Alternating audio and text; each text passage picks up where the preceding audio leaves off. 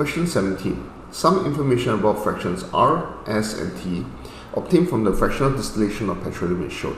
The information in the table is incomplete. Which statements about these fractions are correct? Before we look at the statements, we can actually try and fill in the missing information as best as we can based on the information that is given to us. For example, fraction S should have a boiling range greater than 217. And the reason for this is because with a longer chain molecule of carbon atoms than fraction R, the boiling range should be higher. Likewise, for fraction T, we can actually figure out that the number of carbon atoms per molecule is greater than 12. Once again, we're comparing with fraction R. With a higher boiling range than fraction R's, the chain of carbon atoms has to be larger than R's. Looking at the statements, statement 1.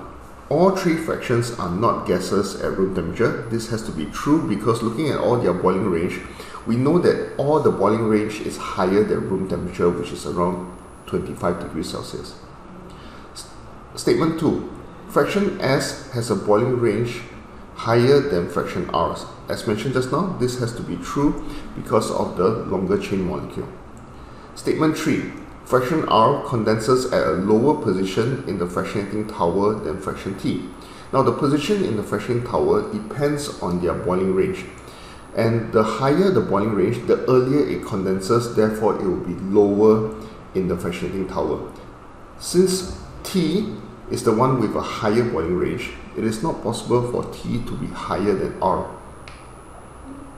Statement 4. Molecules in fraction T have shorter chains than those in fraction R.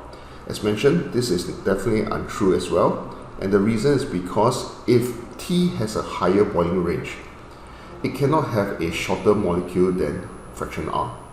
Therefore, the answer here has to be A. Statement 1 and 2 are correct.